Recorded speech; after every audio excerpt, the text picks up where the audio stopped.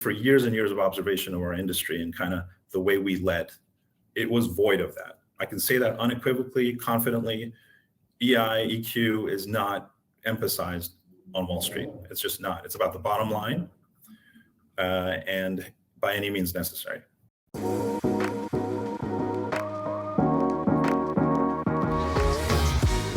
Hello and welcome to Love as a Business Strategy, a podcast that brings humanity to the workplace.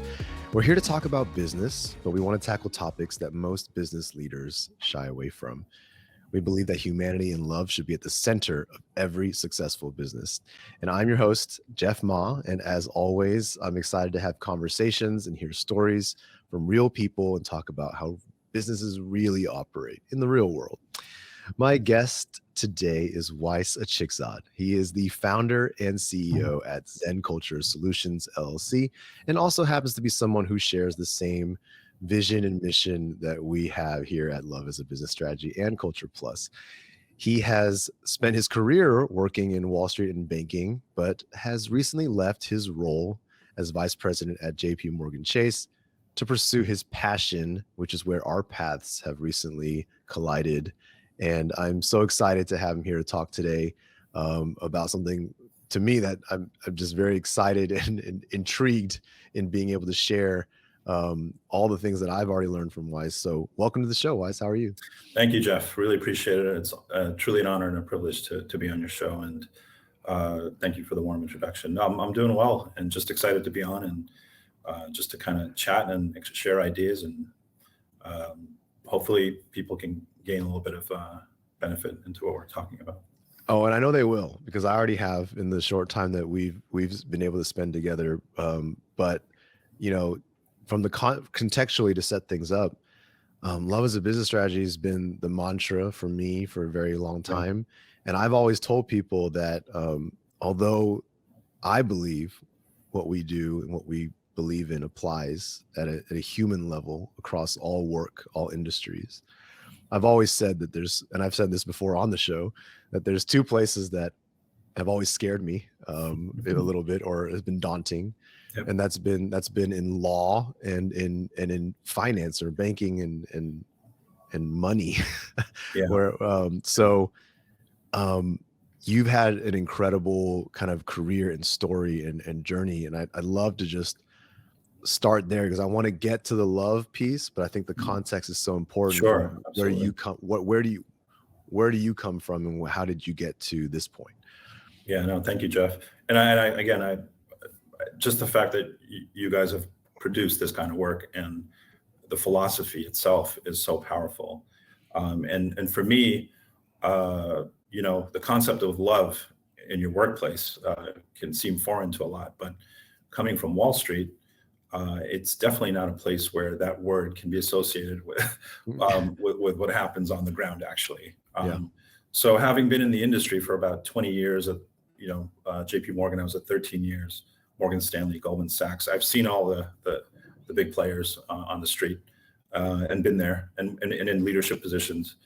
And for me, I think the journey really started, my first few years, as you get sort of inducted into the workplace, you're young, you're impressionable, you have hopes and aspirations just like anyone does. And you think that, you found the dream job, you're now at JPMorgan, and you quickly realize that, look, it's a business, right? It's a business. And the focus, especially on Wall Street, is about the client, the quarterly earnings. It's what have you done for me lately? And as you sort of step into that world, you quickly realize that you, the employee, are not at the center of their universe, right? It is the center of their universe is the client. That's the bottom line. And it's always been that way on Wall Street and hasn't changed. And so you quickly have to, as an employee, you have to adapt to that and understand that is the focus, right? And so what happens is when that happens, the culture that gets created is one where decisions are made by the higher ups in terms of the company and for the betterment of the company, the focus, obviously, the decisions that are made tend to work against the employee, right? And whether it's layoffs, there's a whole different examples I can give, many different examples I can give on what that is. But ultimately, it's the culture that gets created, right? The culture is one where fear, perhaps, okay, if it's about the client, then where do I fit into the picture? And remember also, Wall Street's very bonus driven, incentive laden, right? So now you're trying to outwork your colleagues and kind of outdo them, and you're not working as a team in some instances because of the way that sort of the structure is and where the focus is on the client. So I saw this for all these years, and I think halfway into my career, as I was given a leadership position, I just simply asked myself a question, how did I want to be treated as an employee, right? And I wanted to feel safe, right? I wanted to feel like I was looked after. I wanted to feel like my ideas were heard. And I simply took those principles and instead of focusing on the client, which, by the way, a lot of my positions did manage the client, especially in the hedge fund space, I just simply shifted my philosophies and focused my energies on my team. And for me, that was paramount. I knew that if I did that and I formed genuine connections, that I actually genuinely cared about them, then I knew that I wanted to create a happy workplace, a place where when you woke up in the morning, you didn't dread coming in. You actually wanted to be with your teammates. For those of us who don't work in Wall Street or in banking, is it, I guess all we have is this, I guess the Wolf of Wall Street picture. We have the 90 to 100-hour work weeks or more. How much of that is true? Is that a close image, or what what is it like? It is in some areas. The investment banking space, typically those are the kinds of hours that you work. But Wall Street, there's so many misconceptions about Wall Street. I'd love to write a book about it one day. And there's the haves and have-nots, just like in the real world, right? There's your 1% who are your revenue generators, and then there's the rest of the 99% who are in operations and technology and all these other divisions. And there's a completely different culture from one area in operations to the front office of the revenue generators, and how they're treated.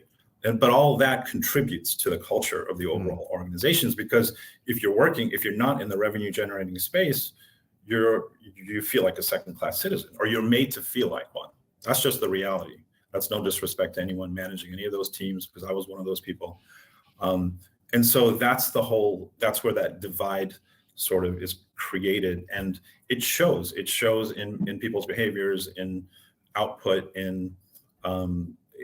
so to answer your question, some of that is true. Long work weeks, absolutely. Very competitive, very fierce.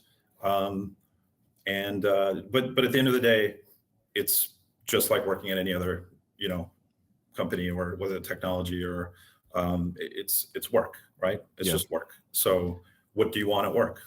You want to come in and you want to feel safe and satisfied in what you're doing.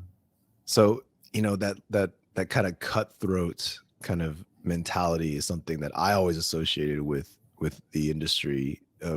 Maybe not like you mentioned across the entire board, but it does feel like a very individualistic and very kind of every person for themselves kind of mentality. I feel like when it comes to growing through leadership or growing into leadership roles, is it something that, and you yourself climbed the ladder quite successfully.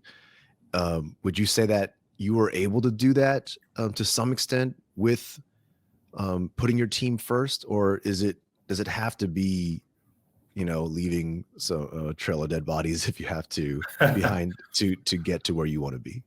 Yeah, no, that's a great question. I'm going to be completely frank with you. It is not easy climbing the ladder, so to speak. To get to a leadership position,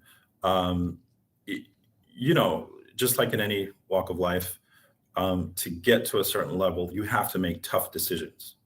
that are going to impact people's lives. So how I try to go about it always is to be transparent with my team, to be authentic and genuine, but always give them the information that they need to, so that they can help manage their own careers. So for example, if they are going through layoffs, right? If we are as a company going through layoffs, I'll give you one example. And this is something I'm sure anyone who sees this probably will never hire me just because I'm sharing the story, but that's fine. When I was at JPMorgan, I was told by my management, and I had a team of 25 at the time. Beautiful team, excellent team. We got along great. Productivity was great. But I was in operations, and guess what? Operations is a cost center. So I was told that 80% of my staff, my manager called me and said, "Can you come into my office, please? Got some information to share." Sat down, and he said, "Wais, unfortunately, 80% of your team has to be let go. We're moving a lot of our functions to the Philippines and India within the next 8 months. And if you can successfully execute this, you'll have a promotion lined up and executive director level, all those things." And so I asked a bunch of questions. Obviously, I wanted to get as much information as I could. And I was at a crossroads, really. I had a dilemma on my hands. And I was also told to not share that information with my staff until 2 months before that 8-month period timeline was coming to, once it was close to the 8-month time frame.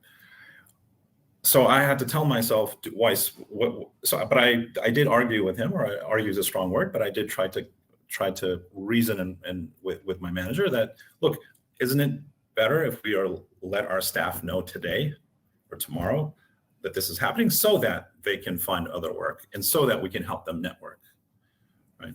The answer was a resounding no, because there's still work to be done now, and we don't want the threat of losing them, right? And again, I went back and forth, and I went home and I had a sleepless night, and I woke up in the morning, and I was resolute by being transparent with my team against the wishes of my management. And I got them into a conference room, and I had a weekly team meeting, but I said, "Guys, this is off-cycle meeting, just had some updates to share." And I told them the truth. I was like, "This is what's happening, guys, and I need you all to keep that to yourself. But what I will do, and I can promise you what I will do, is try to help everyone network and look for work." And I had a vast network. So, it got, unfortunately, one person out of that group went to the management the next day, and let them know that, out of fear, they said, "Is this really true?" So the fact is, then I was called into the management team with HR right there, and I was told that I did not follow orders. In the end, I decided it became such a tenuous situation that I decided to part ways at JPMorgan. I eventually came back, but in that instance, I generally could not go with the program, so to speak. And so I lost the promotion. But what I did walk away with is the fact that I didn't walk away right away. It took a little time. But that example and that particular situation caused a lot of, tension with management and myself. And again, I'm just being completely transparent, because these are the lessons I have learned and carried them forward. And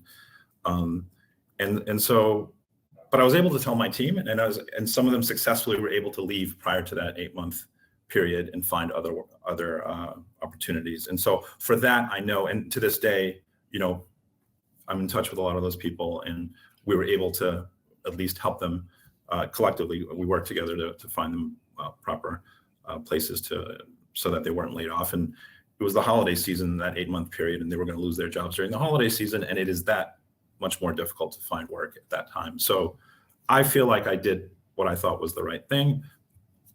That's for everyone else to determine. But that's an example of, if you don't go with the program, to answer your original question, then you will lose your promotion, right? And so not only did I lose my promotion, but I lost the job. So, on my own volition though. So that's kind of an example of, you have to go with the program from everything that I've seen. And it's a very challenging dilemma. It's a very challenging situation at times where you're wrestling with yourself on what's the right thing to do, and for me, it's how you go about it. Of course, you're gonna have to lay people off, 100%. I mean, there's no doubt about it. That's fine, but it's how you go about it. It's, are you transparent with your team?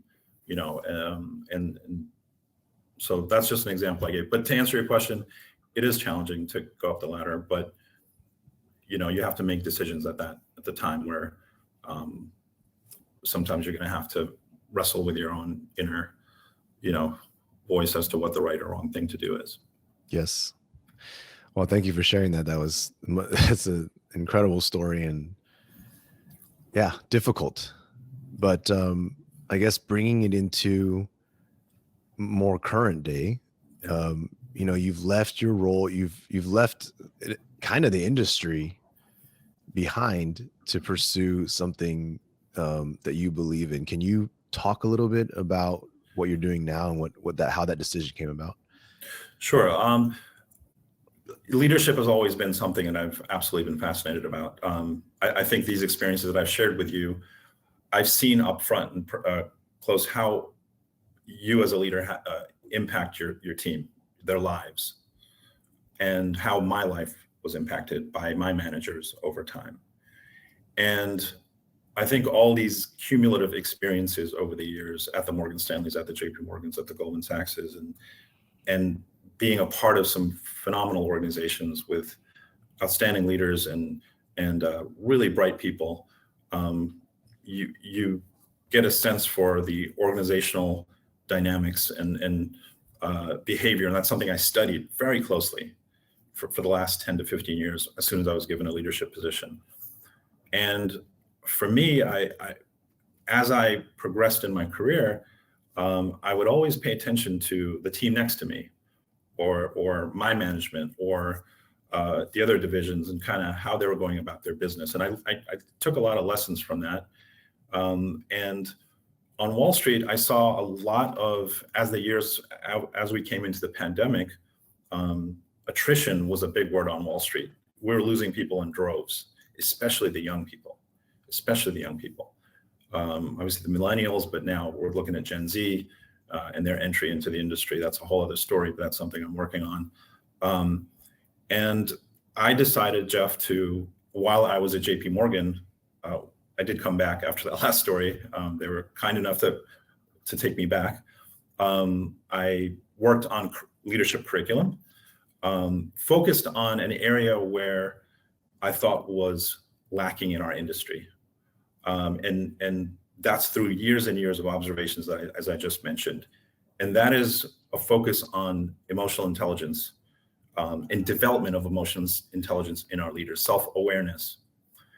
And I presented that document that I created, and I did create that document with my team. I managed a team in a business called Prime Brokerage, but I wanted to make sure that my team that I managed gave me input, and they're all young. Most of them were really young. And so I wanted their voices heard as I incorporated that into my program. I didn't want it to be just about what I thought. I wanted to be what we all thought collectively, exactly what you've done with your book and the Culture Plus team. And we created this content that ultimately I was able to present to Jamie Dimon through my mentor, and everyone should have a mentor. My mentor had a relationship with Jamie Dimon, who was the CEO of JPMorgan. I was able to present to him what I thought was a very pertinent topic in terms of like emotional intelligence and why our leaders needed that. Because again, this is for years and years of observation of our industry and kind of the way we led. It was void of that. I can say that unequivocally, confidently. EQ is not emphasized on Wall Street. It's just not. It's about the bottom line. and by any means necessary. And so I thought, especially as I did this during the pandemic, so I was that much more conscious of, COVID and people working from home and all those things, all those variables that are sort of come to the surface now. Mr. Diamond acknowledged it and said thank you and put me in touch with their leadership and development team. And in the end, after working a few months with them, just here and there, they didn't adopt any of that.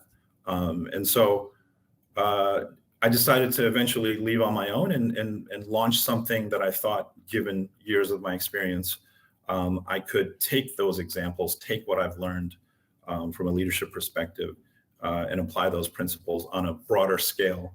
Working with the likes of Culture Plus and yourself and people who are like-minded. And I think that these principles very much are needed on Wall Street. Again, they're industry agnostic. I think the concept of emotional intelligence it's not a novel concept, but I think for industries to flourish, or for organizations to flourish today more than ever, I think that in our leaders, because you're talking about people who are put in these positions to lead, who are now, are a little more advanced in age, and then you have these younger generation coming in, and there's going to inevitably be that disconnect, right? So what do you need as a leader? You need to be a little more self-aware, to be conscious of someone else's feeling and to feelings, to get to know them, to know what motivates them, to know that because you don't know, unless you know that person, then their situation can change from day to day. Unless you have that constant dialogue with them as a leader, then we don't know what's going on in their lives. And so they could have a bad day at work and that could show up in your productivity. But unless you took the time to understand what was going on, then it's not going to be a good outcome. And to allow them to be vulnerable, to allow them to feel safe that, hey, I made a mistake, or hey, I got a problem, can I speak to you? These are things that typically did not happen on Wall Street. It just wasn't the culture, right? And I want to bring that to our industry, because I know we desperately need it. And there's so many voices out there that I've talked to for years and even now that are desperately trying to speak up. But again, the culture is one where speaking up is not exactly encouraged. I trust in the fact that there are very bright people on the industry, and hopefully in time we can sort of change the landscape of the way we view leadership. And So what is in your new endeavor? What is your mission? What is your end goal? My mission is to I'm offering individual leadership coaching as well, because I truly enjoy that and I have such a passion for that. But my mission overall and my why really is to take all that I've learned, the 20+ years of experience, and truly give my heart and soul into trying to create this change or start a movement of sorts. One person can't be can initiate change, but one person can't do it by himself. So I want to be part of this movement to help start changing the way we view leadership and culture. And because I want everyone to come into work and be happy, and not just because, I need a paycheck, I got to support my family, or what is your purpose when you come into work? And for years and years and years, the person to the left of me, the person to the right of me, it was, I just got to get through the day, right? I don't want people to have to go through that for the next generation. I'm all, I've been in the industry forever. I mean, I'm looking now for the next generation, and what are we leaving them? It's people from my generation that have left this culture of distrust and, what I've explained earlier. I want to help change that so that the graduates of the next coming class or the analysts that are in the programs now can have a better experience than I did or my peers did. And that is my purpose, is to really shine a light on what we need to do and then provide a solution for it. And I feel like I can do both. And we're so aligned on that, right? In this mission to essentially, we call it just bringing humanity back to the workplace. But you're centered specifically around your experience of Wall Street and of this industry. Why, I find that daunting. I find that, I'll be honest, I find that, we don't have a lot of people like you speaking up the way you do in that industry. I've worked with many, many industries and different people, and you'll find, a good amount of people aligned to this mission and statement, because this is what, not only something that just makes sense to me, and it still makes sense, by the way, for banking, but I'm Yeah. just saying, I don't come across many people. Why is that? What's unique about you, or why is it so hard for others to be I able to? think, yeah, that's a great question, Jeff. I think because I've practiced what I'm preaching now, and I essentially what love as a business strategy, the concepts behind it. Whenever I'm privileged enough to have been given a team to manage, I mean, I love my team. I love them. They're like, I'm responsible for them, right? They're not my children, but in a sense, if you want to share, if you want to have that parallel of parent-child relationship, I'm tasked with taking care of them, right? Their growth, equipping them to succeed, their career path. If they have problems, I'm here for them, right? So that's what I've implemented in any team that I've managed, that philosophy. And it comes from a real genuine place, because I do care about them. Because I've been in that position where my manager didn't care about me, and I know what it did to me psychologically and how it affected my work. And as I sort of continued down that path and practicing in that manner, well, I found that productivity went through the roof. People were happy to come to work. So the fact that I know that we can, in an industry that's not known for it, lead with love, it can be done. So I'm living proof that it can be done. Where I have failed, Jeff, I have failed as a leader, and I will admit it and acknowledge it. I failed to convince my peers to do the same, right? I tried by sending that email to Jamie Dimon with my deck and my ideas with my team, but I failed to do it, right? But I don't believe that that's the end of it. I believe that we can still do it. And as the new generation comes in and new leaders come in, I believe that that's where we're going. And if we don't do it now, we'll lose the best and the brightest from our industry. And they're already, if you look at the stats, they're already going to tech and startups and fintech and all these things. The best and the brightest are not going to be going to JPMorgan and Morgan Stanley and Goldman Sachs. They want to go to Google and Facebook and all these other, maybe not Facebook or Meta, so my mission is to help change those perceptions on Wall Street. And I really believe that, because I've actually done it, I've seen it be successful. Or I'm not saying I was the best manager in the world. I'm not at all, right? I certainly made my fair share of mistakes, but by leading with love in the way that I did, I know that I was able to have everyone show up at work every day and be the best version of themselves. Ultimately, that was my goal. I want you to be you. Just be yourself. You don't have to prove to be anything. You don't have to be anyone else. And by doing that, by allowing them that safe space, you're now encouraging ideas and innovation and those things. And there's so many right now that have so much potential that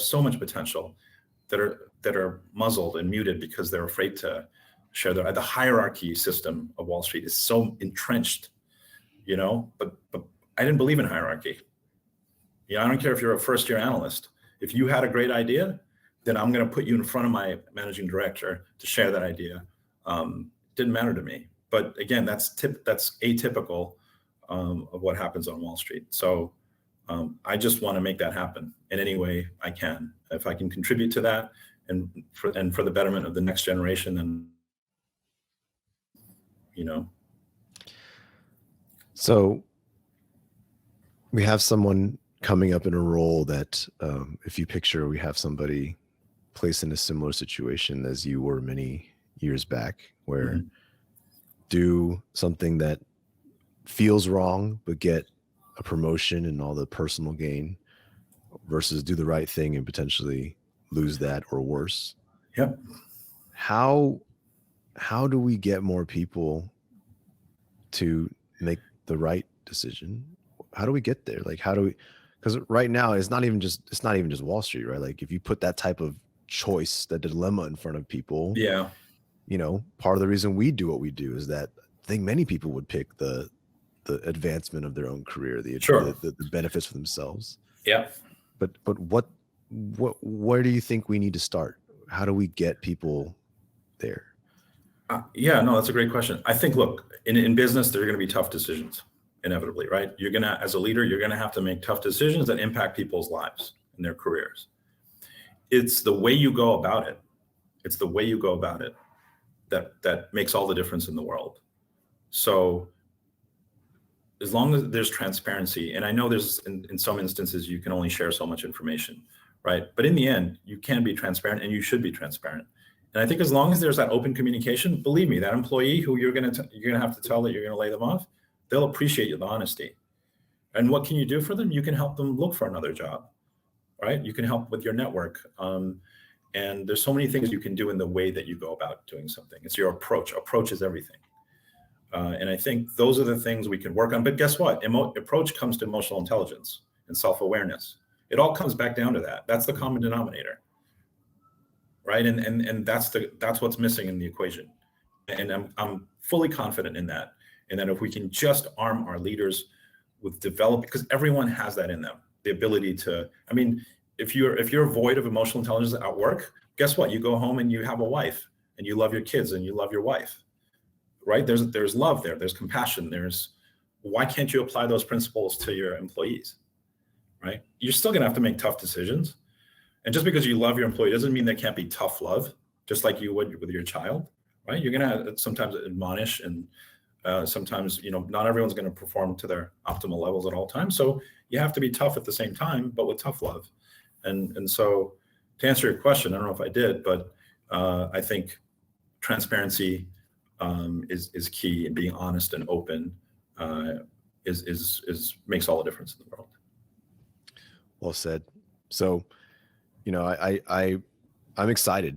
I think one of the things that it's just on paper appealed to me. I was like, somebody in Wall Street's talking about love. That's like, wow, that's crazy. But as I've gotten to talk to you and speak to you as well, like I think we have such an opportunity to work together, like you said, and generate that movement that's needed, because I do feel like some places just need some change, and it feels like Wall Street needs a movement. It needs 100%. A revolution, if you will. Yes, good word. And that's going to take many people doing many things, and a lot of luck and a lot of time. But I'm so excited and so just grateful that you're in this alongside me and just in general, because like I said, I've yet to meet anyone else that's willing to take this on. And I think that's very courageous of you. And I think it's incredibly selfless of you. So thank you. No, thank you, Jeff, and the work that Culture Plus does and what you guys stand for. There's so many like-minded people that I've come across since I've sort of entered this arena. And there's just wonderful people out there that really want the best for everyone, and for humanity, really, and ultimately, I think we can do it as long as we stick together and articulate our cause and propose a plausible solution, which clearly Culture Plus, I believe, has. Then the sky's the limit, and it just takes for our leaders to be open to change. Our world is changing so fast, right? That the 80s and 90s of ways of doing business are over, right? So the people that are leading now led in the 80s and 90s, and that's how they got successful. But those philosophies don't fly anymore, and I say that respectfully. So we need to evolve with that, and I'm excited for the journey, but thanks again for what you guys do. No, and thank you also for being on the show today. This conversation has been incredible, and I know you and I off of the show will have some more conversations about how we can continue doing this. And I hope it's inspirational for me to just talk to you today, and hopefully inspirational for listeners as well. So thank you so much for taking the time. Thank you, Jeff. Appreciate it. Yeah, and thanks to the listeners as always. Yes, please to continue to tune in, subscribe, rate, all those good things. But also check out our book. If you haven't yet, it's still there. It's still a bestseller. And we were very proud of it. And, you know, it's the reason Wais and myself, we were connected in the first place. And it's just been Great Christmas present. Christmas present for yourself, for your spouse, your JB loved ones. Diamond. Leave it on the desk of your boss. That's fine too.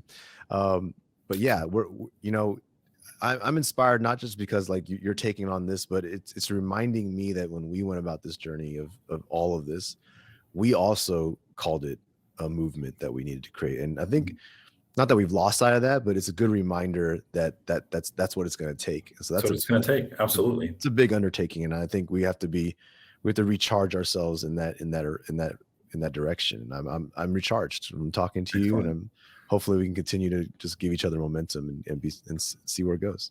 Absolutely, Jeff. Thank you so much. All right. Thank you. And we'll see everybody next week. Thank you so much for tuning in.